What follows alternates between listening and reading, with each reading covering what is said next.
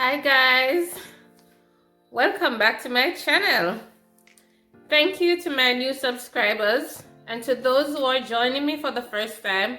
I am Natoya and I share about Canada, life in Canada, how to get here.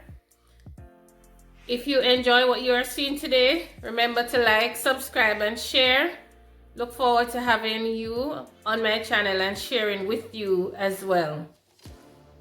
Now, today I'll be talking about tips for newcomers to Canada or for those who are planning to come to Canada.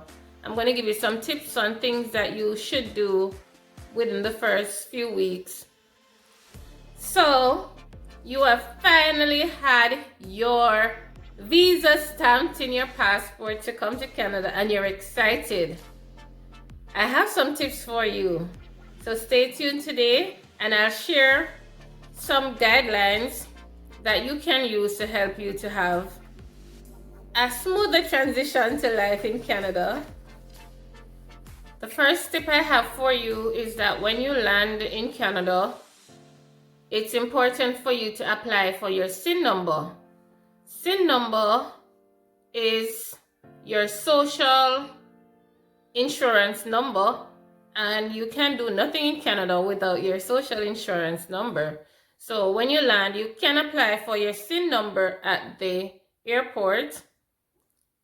And if you're unable to get your SIN number at the airport, then you can visit the Service Ontario or whichever province you're going to get your SIN number. You will need your SIN number to apply for jobs, to open bank accounts. So you basically need your SIN number for everything. So that's one of the first things that you need to do, apply for your SIN number. And as I said, it can be done at the airport. Oh, I should have mentioned that before you land, it's important to have a plan, a clear pathway on how you're going to move forward.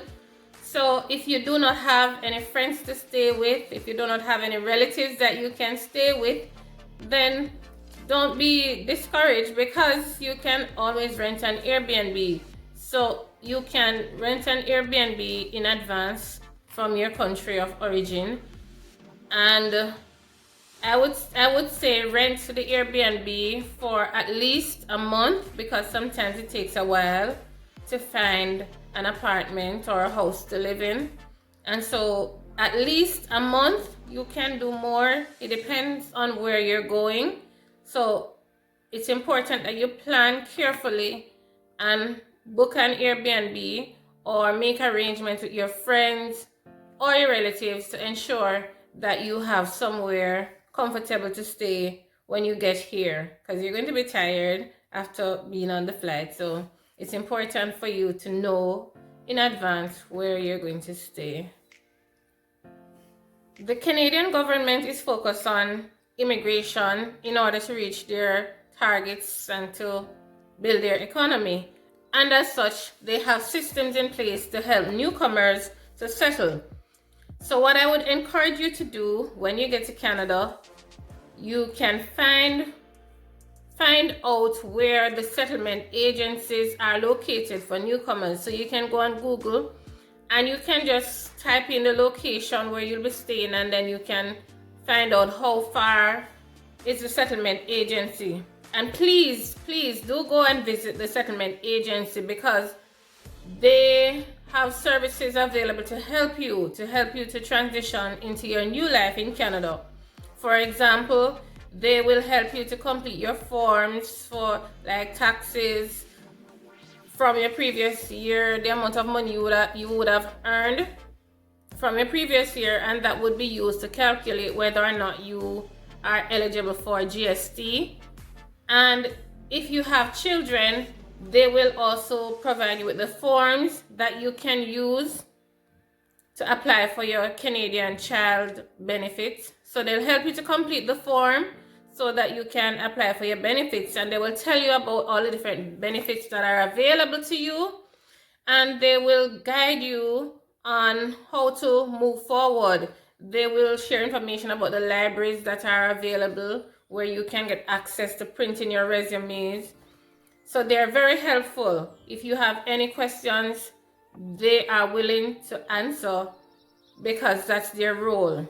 So do not feel shy or afraid to go and access these services because they are in place to help newcomers to settle in the country. The next step is to open a bank account. It's very important that you do your research and compare the different banks that are here in Canada. You have TD, you have Tangerine, CIBC, BMO, RBC. Those are some of the big banks here. I will not advise you which one to choose, but just look at what they have available. Some of these banks have packages for newcomers. I remember when I just came, CIBC had a package for newcomers. And make sure that whichever of the bank that you've chosen to use, you are able to get a credit card. At CIBC, I was able to get a credit card, an unsecured credit card. And I think at the time when I came, they were giving you up to $1,500. So, and why this is important is because when you come to Canada, you will need to build credit. There's not much you can do in Canada if you do not have a good credit score. So the sooner you start using your credit card, that will help you to build credit. And just remember that these cards must be used responsibly in order to build your credit. You do not go over, let's say, 30% usage on these cards to make sure that you're able to build your credit score. So make sure when you're choosing the bank that they're able to give you a credit card. And some of these banks, as I said, they will defer the service charge. Well, you will not be given the service charge for a year. I think at CIBC I was not allowed to pay any service charge for a year. And so these are things that you have to take into consideration. Look at what they're offering, visit all of them if you must, weigh the pros and the cons, or you can do your research online, weigh the pros and cons, and then see which one would suit your needs. Now, getting a bank account is important because the bank will send you a statement, and by getting the statement from the bank, it will act as your proof of address, which you will need to apply for your health card. That is, if you're in Ontario, you will need proof of address to apply for your OIP, which is a health card. And so once you've opened your bank account and they would have sent a statement to you, then you can apply for your health card so that you can access your free health care after 3 months. Although during this period, I think that you could get your OIP once you have arrived. The next step is that you should connect with the employment agencies that are within the area that you're going to settle. These are government-sponsored employment agencies, and they have different programs to help newcomers. I know they have mentorship programs to prepare you for work life in Canada. They will teach you about the Canadian culture and what is expected in the Canadian workplace. They will help you to write your resume. They will give you tips on how to network. They provide so much help for you. They will make recommendations for jobs depending on the availability of the jobs. They will make recommendations for you. And I know, like for Access and Jumpstart, those are two of the agencies. When you're employed, they will provide some amount of funds to help your new employer to train you. So it's quite beneficial for you to go to these employment centers. And I know some of you may be saying, you know what, I don't need your help because I can write my resume. There's an art to write in the Canadian format resume or the Canadian style resume. And so you can go to the employment agency to just get their help, to just have some guidance on how to do it according to their standards. So I want to implore you to please go and visit these employment agencies. I spoke about Jumpstart and Access. I know these are available in the GTA, and I know when I was in London they had Will and WIL. I don't remember what it stands for, and I think they have Employ. So there are different employment agencies, so you can just research your government sponsored employment agencies, and then you can complete the form and become a member, and they will assist you as you settle. If you have children, I would suggest that you research the school zone that your children will be in. Depending on where you live, children go to school based on their zones, and for the most part I think that the schools in Canada are really good. The education is really good, but as you would find in any other country, you have rankings, and I pay attention to rankings. So if you're like me, or if you care about that, then you can research the rankings for the schools, and make sure that when you're looking for an apartment, that the school that your children will be going to is highly rated. I know some schools are rated 7, 8, some are 4, 5, 6, and I prefer those schools 7 and above. So that's something that you could pay attention to if you have children. So make sure the area that you rent your apartment or house in has a good school zone. I know there's one thing that many of us as immigrants are guilty of. When we come to a new country, we compare currency to the currency from the country that we are coming from. Please don't. Please don't. That will make you miserable. Try not to compare the currency. I tend to believe that a dollar is a dollar in a country.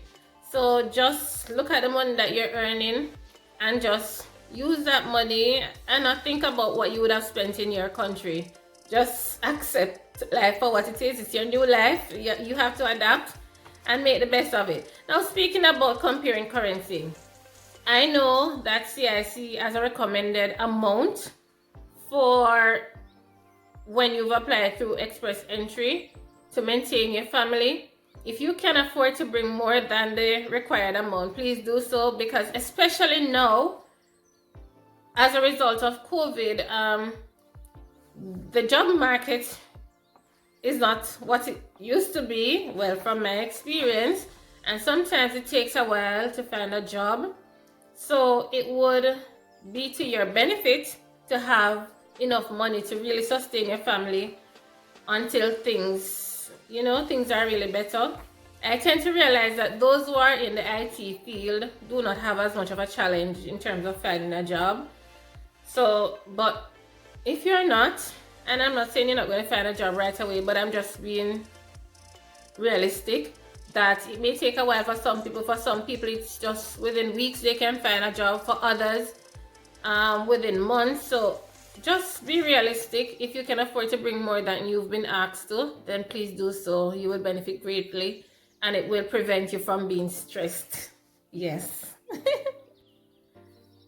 Now, as a newcomer, when I came to Canada, the buzzword has been network, network, network. You have to network. I tend to be more reserved, and so networking doesn't come naturally for me, but I've had to be learning how to network, how to really create my LinkedIn profile, reach out to people. Some will respond, some may not, but it's important for you to network. And it shouldn't just be reaching out to people. It's really about building relationships with people. It should be mutually beneficial. It's not just about I want a job or what you want. But try to build relationships with people so that you can learn about them, about their organization. And who knows, they may even become a referral for you for a job. So it's important for you to reach out to people and to network. Networking is key in Canada.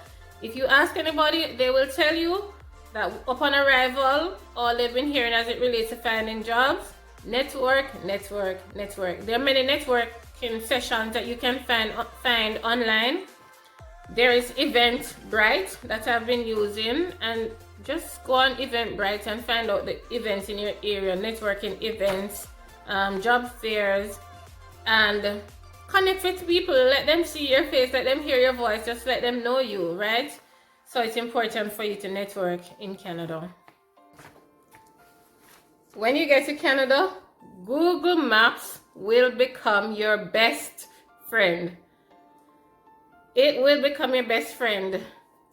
So if you have to take the bus, then you can just enter the information for where you're going, and Google Maps will show you the number for the bus stops, and so you will know exactly where to take your bus and where to get off your bus. Just type in the information and it will track it for you, so you can follow and know exactly where to get off your bus.